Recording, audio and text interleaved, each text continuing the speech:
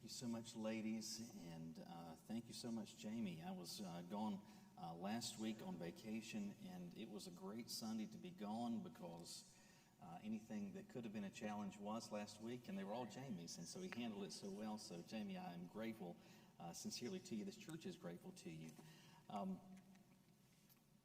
We were talking the other day, Jamie, Nancy, and I, and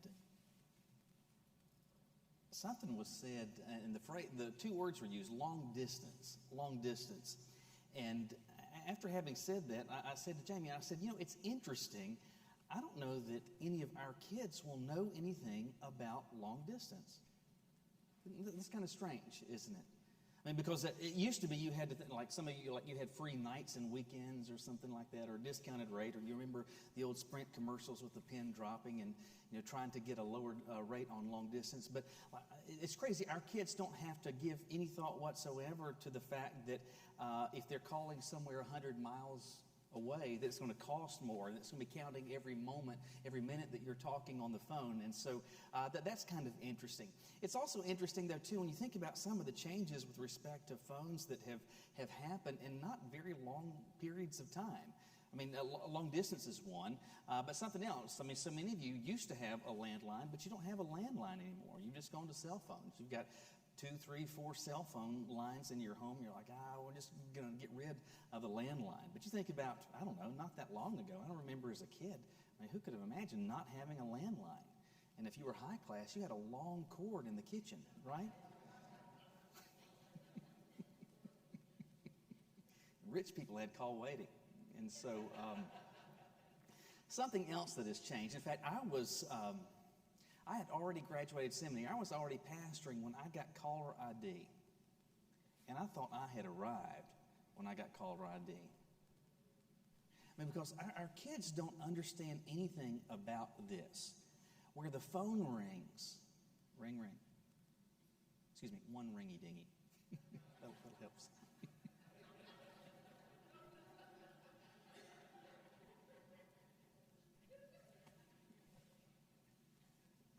Anyway,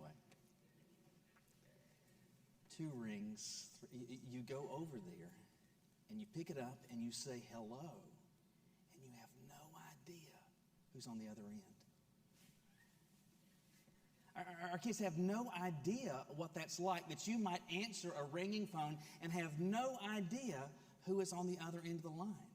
But now so we've gone from landlines to going to cell phones, and even cell phones now are saying, even identifying people that are not in your contacts, it's saying who this is. Now that's a great blessing, isn't it? Especially with all this nonsense, all these car warranties, right? Or this is a midterm election year, so good news, the robocalls are getting ready to start. Thank God for caller ID, right? Because by virtue of that, one of the blessings is whether or not it is that I want to answer that phone or not, whether I want to take that call or just let that go to voicemail. Knowing who it is lets me know whether I want to hear what they have to say. With that in mind, let me give you this thought. There are a lot of voices that you are hearing. Now, some of you, it's for different reasons. You might be... Anyway.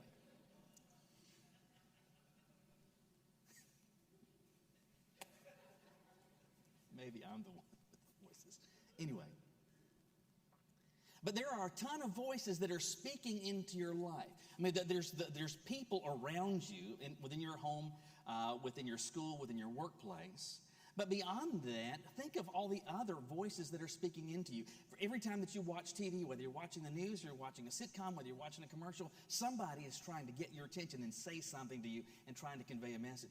Beyond that, every time you look at Facebook, whether it's an ad or somebody's creating a post, or it's on Instagram or it's Twitter, whatever it is, there are all of these voices, all of this cacophony of noise that we are hearing over and over and over, and we're hearing all of these people speak into us and speak into our circumstances. And here's the question I want you to think about today.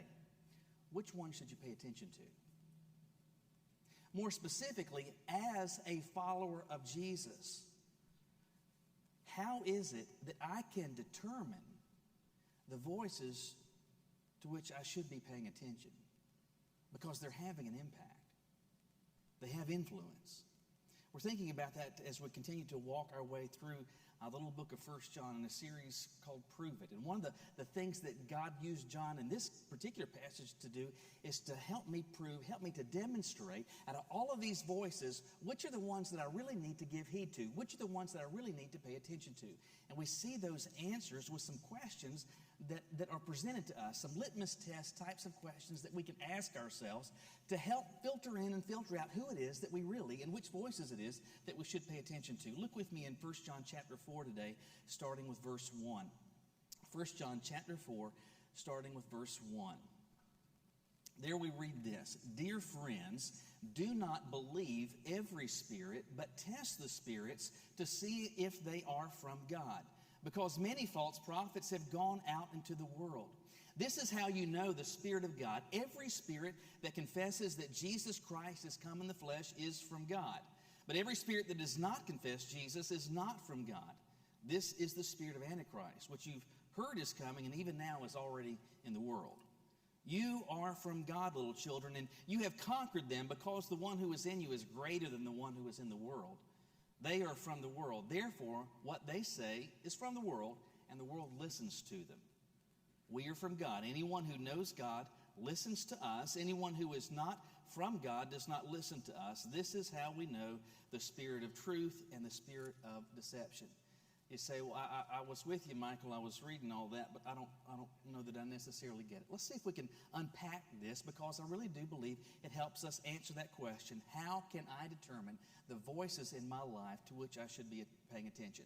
The first question we need to ask, based on the passage, is this: what do they say about Jesus? What do they say about Jesus? In verse 1, John begins by saying, "Do not believe every spirit, rather test the spirits." Well, what spirits are we talking about? But then the sentence continues by saying, "Many false prophets have gone out into the world." So in one sentence, you have it beginning talking about spirits and then talking about prophets. What's going on here, and what's he trying to say? Well, let's start with the second half of the verse when he talks about false prophets. Who exactly, or what exactly, is a prophet? Out of the gate, a prophet is anyone that is operating as someone presenting themselves with a message from God. Now, in our modern context, anybody that's standing in front of a congregation today, holding up a Bible and saying, "This is what God says," well, they may not have the title of prophet, but they're functioning as a prophet. In this instance, I am functioning as a prophet in this circumstance. And beyond that, it's anyone. It could be in a small group study. It could be in a Sunday school class. Anybody that is purporting and presenting what it is that God has said, and they're speaking that into your life, that is someone that is operating as a prophet. Now, I believe that has application, but I believe that there is even greater application, because there are not just individuals who are saying, "Hey, this is a message from God," but there are stacks of people in your sphere of influence, in your life, that are presenting, "This is truth, this is the truth," and they are attempting to pour that into your mind and heart. And even though they may not necessarily say, "Hey, this message is from God," they're saying, "This is truth, this is the truth." And ultimately, real truth has its source in God. So even though they may not be offering what might be perceived even as remotely religious or having anything to do with the Bible, there are stacks of people that are speaking into your life, whether from an open Bible or from the experience and from the perspective, from the opinions, from the guesses, from the estimations, from just they are speaking what they are presenting to be truth into your life. And concerning all of these individuals, we are told to test to see whether it is they are from God. But how do we do that? He says, test the spirits. Well, that sounds kind of funky. Test the spirits. All right, I'm thinking of a number. No, what exactly does that mean, to test the spirits? Perhaps you remember, and I hope you do, but if you don't, Paul says something over in Ephesians chapter 5, and if you hear Ephesians chapter 6, if you hear Ephesians 6, one of the things that may come to your mind, and it should come to your mind, is that's where we are told that we are experiencing, as followers of Jesus, we are experiencing conflict. There is a spiritual battle that is going on. And you may say, well, I didn't realize, it doesn't feel like I'm in a conflict. But the reality is, if you are in a relationship with Christ, you are engaged in a conflict that is occurring that is not always evident to you. And so in verse 12 of this, Paul says, for our struggle, this conflict that we are experiencing, he says it is not against flesh and blood, but against the rulers, against the authorities, against the cosmic powers of the darkness, against evil, against spiritual forces in the heavens. Again, it may not seem to you whatsoever, you're going, well, there's conflict going on in Ukraine. Yes, there's conflict going on in Ukraine. We can see that. But the reality is there's a ton of conflict. There's a great war that's being waged all around us that is occurring in the spiritual realm, where you have the Lord and you have God's messengers, and you have the gospel truth, and you have the Bible, but then you have Satan and you have his minions that are seeking to work and to wage war against you. They want to make you ineffective as a follower of Jesus. They want to make you miserable in such a way and to have you to be a poor reflection of Jesus, of the Bible, of the gospel, so that no one else would dare want to say, hey, I want to be part of that whole process of following Jesus. And they want to do everything they possibly can to trip you up and cause you to stumble, to somehow get you off the field, onto the sidelines, and maybe just completely walking away from the game. That's the goal. And one of the ways that Satan and his minions do this is to use those that are not connected to Christ, that do not have a relationship with him, and seek to use them to speak into your life in ways where they can shape, mold, influence, and have an effect on you and how you operate. And so how do you do, so he's saying that you need to test the Spirit. So everyone that is speaking into your life, behind them in one form or another is either the Spirit of God or the spirit of Antichrist. Behind everyone that's speaking into your circumstance is either the Spirit of God or the spirit opposed to God.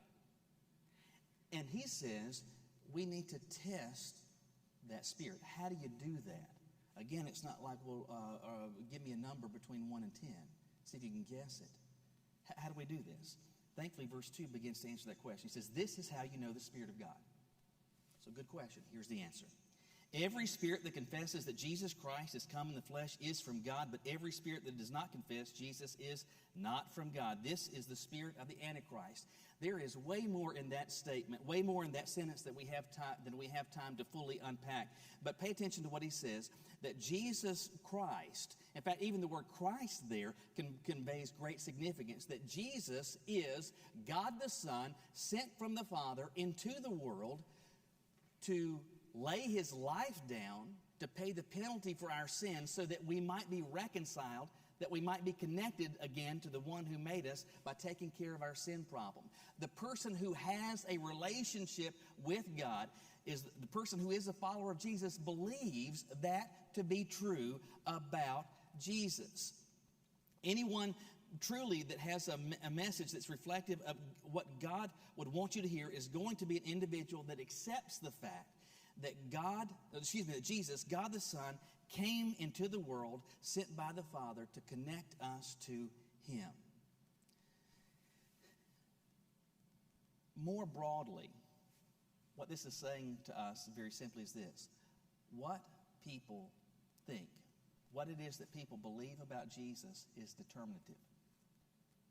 If you want to know whether it is there's someone in your life that's speaking into your circumstance, and I'm not saying that I don't care which mayonnaise they like, and whether they think that Dr. Pepper, cherry, or regular, which one is better, because we know it's the cherry one. It's far better. I'm not talking about that. But if there is someone that's speaking into your life about relationships, that's talking and speaking into your life about worldview, that they're speaking into your life about that which is truth, if they're speaking into your life about moral standards, if they're speaking into your life about those things that are right and those things that are wrong, how time should be used, how money should be used, how relationships, how human sexuality, how gender, how all of those things should work, it had better be that that person is the person that you better know what they say about Jesus. Because if they do not, that is not a voice that you should heed. That is not a voice to whom you should be paying attention. Now, with that being said, let me be very clear about this. Jesus is very popular in 2022 in the United States. You're like, Jesus. Now, I'm telling you, Jesus is insanely popular in 2022 here in the United States. You're like, well, how can that possibly be? Well, the caveat to that statement is this. There is a Jesus that is very popular in 2022 in the United States and around the world. And let me tell you about that Jesus. That Jesus is enormously loving. He is. In fact, everything about him involves love, but love that just means affirming me. He's my cheerleader. He's sitting on the sidelines with big pom-poms. Yay, Michael. Yay, you. That Jesus is very popular. In fact, the Jesus that is popular wants you more than anything else to be happy. The Jesus that is very popular more than anything else wants to just affirm you in whatever you decide to do.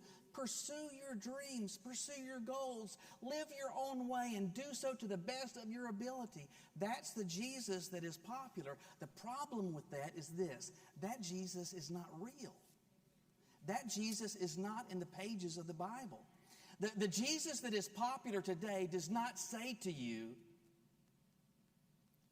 you're out of bounds with God's intended purpose. The Jesus that is popular does not ever say that you're wrong. The Jesus that is popular never says to you, hey, you are sinning, and as a sinner, you are separated from God. The Jesus who is popular would never say to anyone that they are going to hell, but the problem is, the Jesus that is popular isn't the real one. But the real one, all of those things I just described, he does. Yes, he's insanely loving. He's for you, but he's not about you. And more than your happiness, he wants your holiness. And more than making you feel good, he wants you to be in relationship with him. And more than pursuing your dreams, he wants you to be pursuing the purpose that he made you for. That Jesus is the Jesus of the Bible. That's the real Jesus. And there are people in your life that are speaking into your circumstances. They believe something about Jesus. And you better know what it is.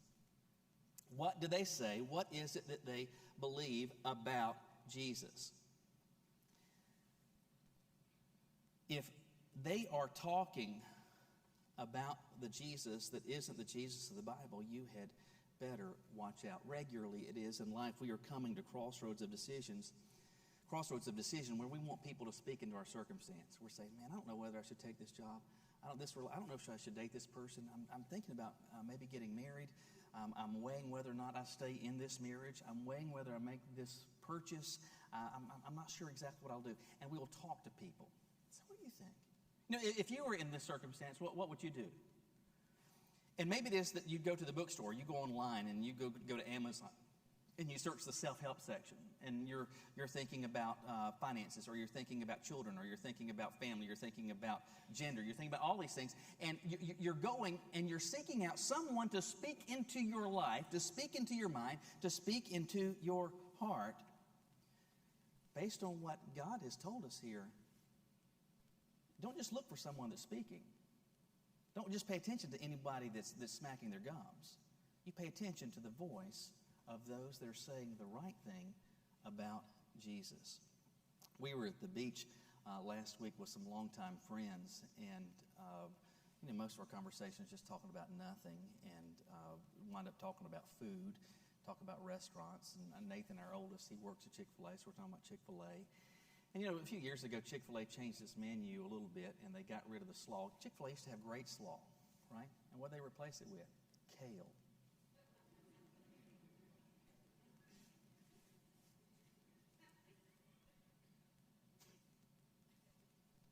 I mean, if you say it properly, kale and hail rhyme together.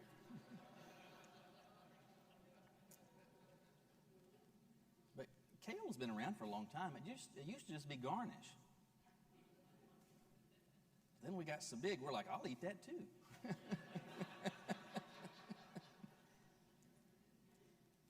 And Chick-fil-A decided, we'll make a salad out. In fact, not only will we make a salad out, we'll upcharge you for it. So you can have delicious French fries, you can have this nasty kale. Anyway, so I'm griping about this. I did that one time because I thought, well, they call it a superfood. When I think of superfood, I'm thinking like hush puppies, right? It's a superfood. So it must be good.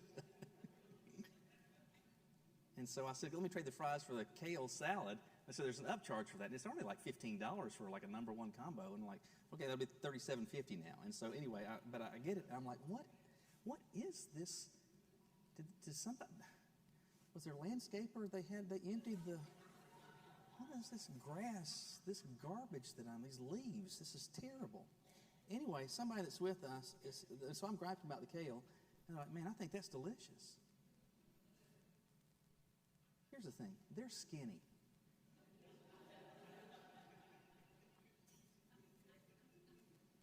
And here's reality. If you're skinny here this morning, don't be offended. I'm going to talk to those of us that aren't skinny this morning. When skinny people make food recommendations, we don't pay attention to them, do we?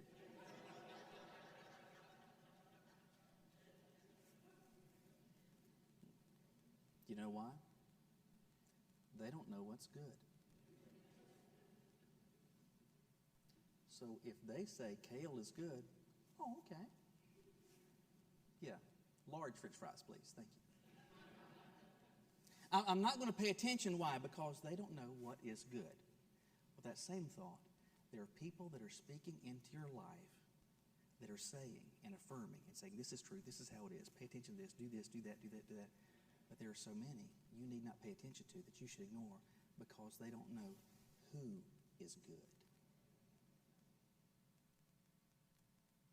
Our world is not quiet. You're not operating in silence. Tons of voices are seeking to speak into your life. And if you have a relationship with Christ, you had better know what it is they say about Jesus. And those that are speaking, the Jesus of the Bible, that's a voice. That's somebody that's walking with him. That's someone that you ought to pay attention to. But there's a second thing we need to do, and that's this. We need to ask ourselves this. With whom does the message resonate?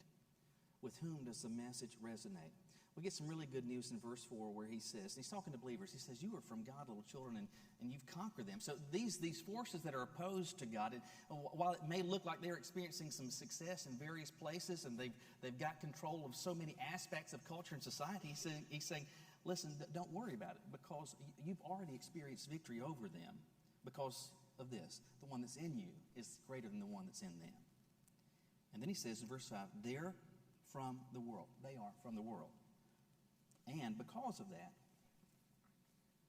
he says, the world listens to them. By contrast, again, he's talking to believers, and he says, you are from God, and anyone who knows God, what do? They listen to us. They pay attention to us. This is a lot shorter than the first thought, but it's really simple. As you are weighing the voices out of all this sea of chatter that you were on the receiving end of, ask yourself, when someone is speaking, who is it that's paying attention to what they say? Who is it that's doing what they are suggesting? And then ask yourself this, which goalpost are they running towards? Vacation Bible School is starting, the first one starts next Monday. And in a stack of different ways, we've been seeking to get the word out, advertising, letting people know, telling people, inviting people, asking folks, putting out flyers, all kinds of stuff, encouraging people to register, and then for kids to be part of our Vacation Bible School. And over the years, there have been some different things that we have attempted to try to get the word out. Sometimes you're not knowing whether something would work great or not. A few years ago, Dan said he'd like to, those coupon envelopes that come in the mail. I don't know, is it once a quarter or so you'll get something in your mailbox, and you'll have all these little small ads in there from different companies, or it could be Gutters, it could be a restaurant, it could be a coupon, whatever. Anyway, Dan said, why don't we put something in there, and that'll go to a bigger area. You're able to choose the zip codes that you want it to go to, so we're able to target an area and come up with something, and well, let's give it a shot. I don't know if it was going to work or not. But one of the ways that he suggested that it was actually good, though, to see if this works or not, was to put on there, bring this with you for a free gift. Because at the end of the day, we all want something free, don't we? I mean, even if it's worthless, we will stand in line for something free. We just will. And so I don't know how many thousands of homes it was that coupon packet went to that had that in there, encouraging them, giving them the information about our Vacation Bible School, showing them how to register, pointing them to our website, and then saying on there, bring this with you on the first day of VBS to get your free gift. All right, so out of those thousands of homes that it went to, how many free gifts did we give out? 0. Not one. No one said, is there a pencil or something? A nickel you found in the couch? Nothing? No one, not a single soul, not a single family, not a single household, out of thousands and thousands of homes that went to, turned that back in. Now, maybe some were motivated, but I just got to think, if you just turn this in, you get something free, people would have done that. But this year, we did not put any coupons out to go in that mailer. Why? Because experience showed us no one was paying attention. No one was paying attention. There are a lot of voices that all of us are experiencing, whether in the church or outside. And there are a good number of those voices where people are listening, where people are paying attention, where people are heeding what they say. So what you need to do is this. Ask yourself, who is it that's paying attention to them? I mean, that coworker that's talking to you about their marriage, or talking to you about your marriage. I mean, people that are listening to what they say, how is that going for them? What does their marriage look like? People that are speaking to you about parenting, what is it that their children look like? People that are speaking to you about all these hot button issues that we are experiencing in our culture today, especially with respect to human sexuality and gender and all that, who is listening to what they have to say? And as you identify who is listening, ask yourself this. To which goalpost are they running? Those that lead you closer to the Lord, or those headed in the opposite direction? With whom does this message resonate? Who's listening to them? And if I see that the wrong group is listening, you know what I'm going to do? That doesn't mean that I need to be rude or uncivil, discourteous, or any of that. But I need to make sure that the voices I'm really paying attention to, the counsel that I'm seeking out, the input that I am openly seeking to receive, I make sure it doesn't come from those places. Let me just tie all of it together, very simply to say this. You're not operating in a quiet world. It's really loud. There's a lot of voices, and a lot of voices vying for your attention, seeking to influence you. So, are you paying attention to the right ones? You bow your heads with me?